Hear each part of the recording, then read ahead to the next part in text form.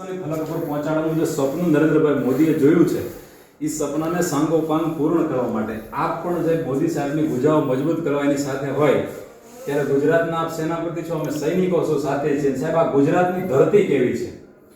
એક તો આપ જે ખોળિયાથી આવો છો એમના માટે લોક સાહિત્યમાં એવું કહેવાનું છે કે મિત્રો માટે મરી પડે અને વહમાં જેના વેર જગ આખું જાતું કરે પણ મૂકે નહીં મેર.